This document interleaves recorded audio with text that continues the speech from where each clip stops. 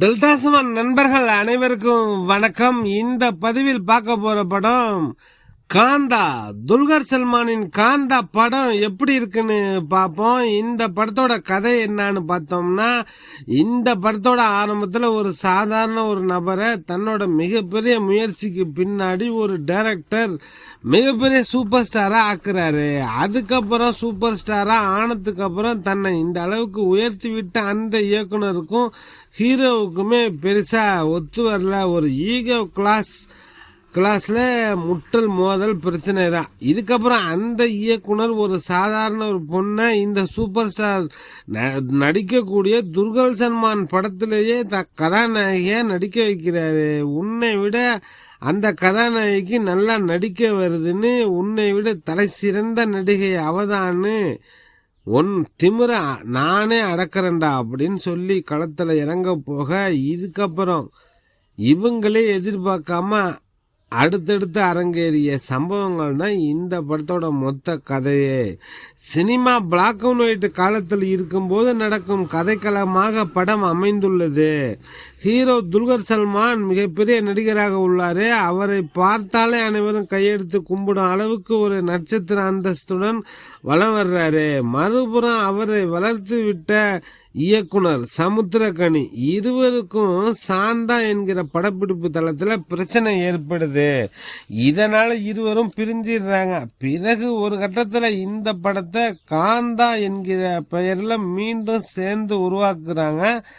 அப்போது சில எதிர்பாராத சம்பவங்கள் நடக்குது. இறுதியில் அந்த படம் வெளியானதா இல்லையா என்பதுதான் மீதி கதை. காந்தா படத்தை ஒட்டுமொத்தமாக தாங்கி நிற்பவர் துல்கர் சல்மான் தான்.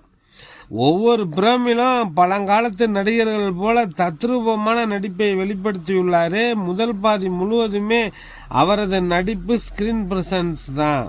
சமுத்திரகனி மற்றும் பாக்யஸ்ரீ போர்ஸுக்கு ஹீரோவுக்கு இணையான கதாபாத்திரம் என்றாலும் இவர்கள் அனைவரையும் துல்கர் சல்மான் தூக்கி சாப்பிட்டு விடுகிறார் நடிப்பில். இயக்குனர் கதாபாத்திரத்தில் சமுத்திரகனி தான் ஒரு எப்பேற்பட்ட நடிகன் என்பதை நிரூபித்துள்ளாரு. கதாநாயகி பாக்யஸ்ரீ போர்ஸுக்கு இந்த படம் பல்வேறு விருதுகளை பெற்றுத்தரும். அந்த அளவுக்கு சிறப்பான நடிப்பை கொடுத்துள்ளார். இரண்டாம் பதில் வரும் ராணா டகுடபதி ஒரு போலீஸ் அதிகாரியாக மிரட்டியிருக்காரு. ஒவ்வொருவராக அவர் அழைத்து இன்வெஸ்டிகேஷன் செய்யும் காட்சிகள் சுவாரஸ்யமாக இருக்கு. இவங்களை தாண்டி ரவீந்திரா விஜய், ஆடுகளம் நரேன், துல்கர் சல்மானின் மனைவியாக வரும் காயத்ரி சங்கர், பக்ஸ், நிழல்கள் ரவி ஆகியோரும் நல்ல ஒரு நடிப்பை கொடுத்திருக்காங்க. ஒரு பீரியட் படத்திற்கு தேவையான அனைத்து அம்சங்களும் காந்தா படத்தில் இடம்பெற்றுள்ளது. சினிமாவில் இருக்கக்கூடிய அத்தனை டிபார்ட்மெண்ட்டும் தங்களது முழு உழைப்பையும் இந்த படத்திற்கு கொடுத்துள்ளனர்.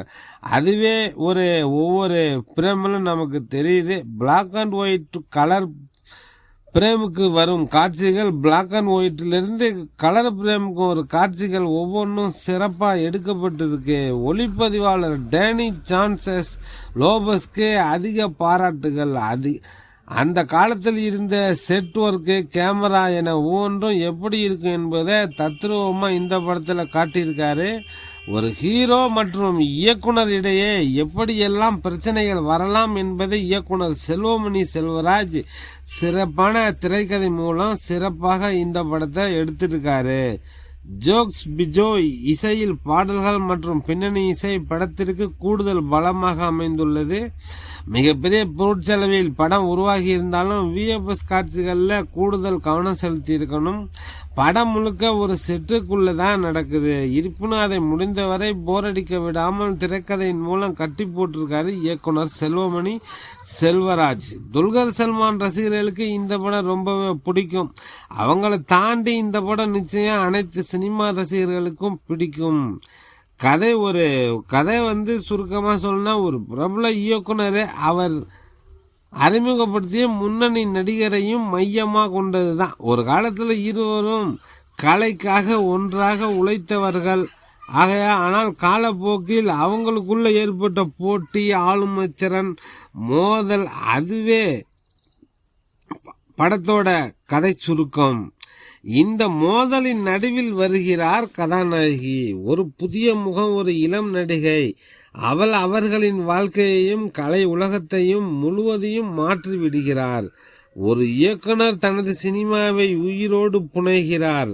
புனைவு கலந்து உயிர் கொடுக்கிறாரு சில கதாபாத்திரங்களுக்கு. நடிகர் தனது புகழை காத்து கொள்கிறார். ஒரு பெண் தனது அடையாளத்தை தேடுகிறார். இந்த 3 வாழ்க்கைகளும் ஒன்றுடன் ஒன்று மோதும் தருணங்களில்தான் கதை தீவிரமாகுது.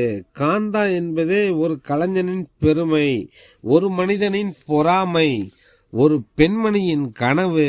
இம்மூன்றையும் இணைக்கும் உணர்ச்சி மிக்க கதை. சினிமா மீது கொண்ட பற்று, போட்டி, பேராசை, பிரிவு எல்லாவற்றையும் அழகாக வெளிப்படுத்தும் ஒரு பீரியட் டிராமா தான் காந்தா. பார்க்கணும்னு நினைக்கிறவங்க இந்த படம் பாருங்க. 14 நவம்பர் 2025 நம்ம ஊர் தியேட்டர்ல வெளியாகி இருக்கு. டெல்டா 7 நண்பர்களுக்கு நன்றிகள் பல.